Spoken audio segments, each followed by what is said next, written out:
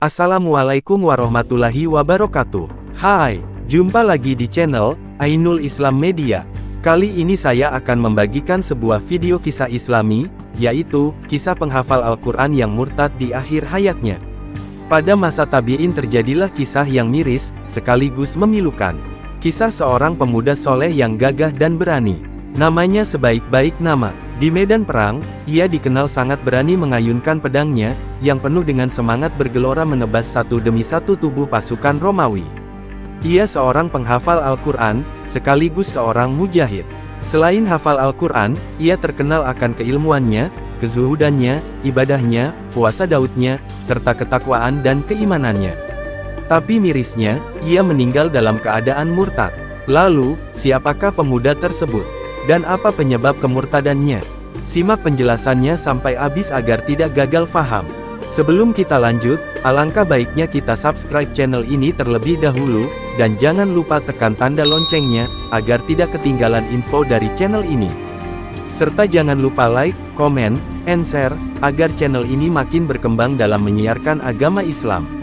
Kisah ini dituliskan oleh seorang mukmin yang bernama Abdah bin Abdurrahim, yang merupakan guru Al-Imam An-Nasai, yang wafat di tahun 244 Hijriah.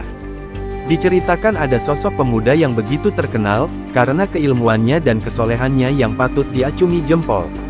Ketika pemuda itu memasuki negeri Romawi, mereka berhenti istirahat di salah satu benteng. Ketika itu, pemuda tersebut berniat untuk buang air kecil.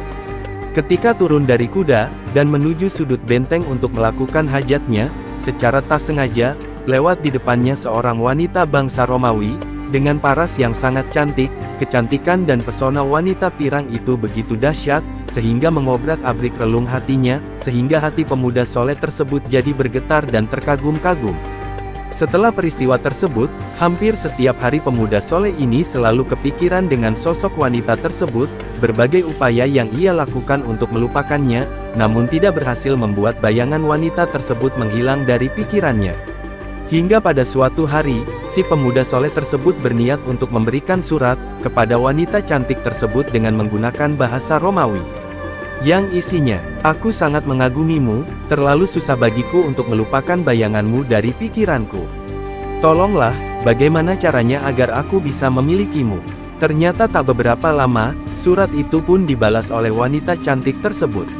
Yang balasannya, "Caranya sangat mudah jika engkau benar-benar ingin memilikiku, yaitu, cukup engkau menjadi seorang Nasrani." Sang pemuda sempat dilema, ketika mendapat syarat yang dituliskan oleh pujaan hatinya ini. Tapi setan berhasil menggoyahkan imannya. Akhirnya di suatu hari, demi mendapatkan si wanita cantik tersebut, pemuda ini keluar dari Islam, dan masuk Nasrani. Lalu keduanya menikah di salah satu benteng Romawi.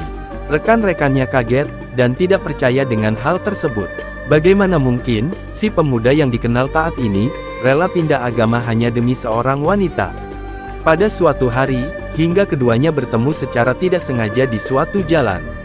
Ketika itu sejumlah temannya juga bertanya bagaimana dengan hafalan Quran milik si pemuda tersebut. Namun saat itu sang pemuda itu menyebut, semua hafalannya sudah hilang. Ia hanya ingat 2 ayat saja yang terdapat dalam Al-Quran, yaitu, ayat di surat Al-Hijr ayat kedua dan ketiga, yang artinya, "Biarkanlah mereka di dunia makan dan bersenang-senang dan dilalaikan oleh angan-angan kosong.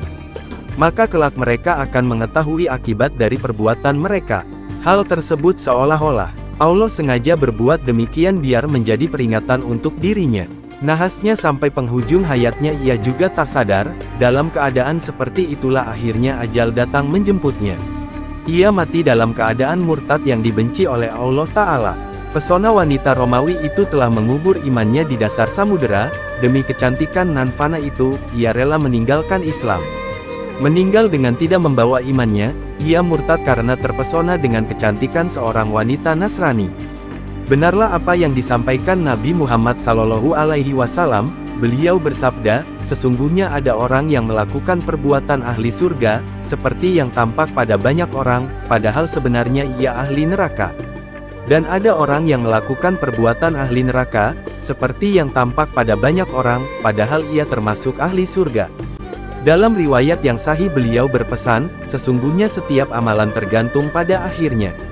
Hadis riwayat Al-Bukhari. Pemuda yang dikisahkan di atas adalah seorang tabi'in yang bernama Abdah bin Abdurrahim, berdasarkan penukilan dari kitab Al-Bidayah wan Nihayah yang ditulis Imam Ibnu Katsir. Beliau meriwayatkan dari Ibnu Jauzi. Namun, hal ini dibantah oleh penukilan lainnya, bahwa yang murtad itu adalah pemuda yang tidak disebut namanya. Pemuda itu adalah pengikut dari Abdah bin Abdurrahim. Sedangkan Abdah bin Abdirrahim sendiri adalah periwayat kisah tersebut, bukan pelakunya. Wallahu alam. Jika ada kesalahan dan kekurangan, mohon tambahkan di kolom komentar. Wassalam.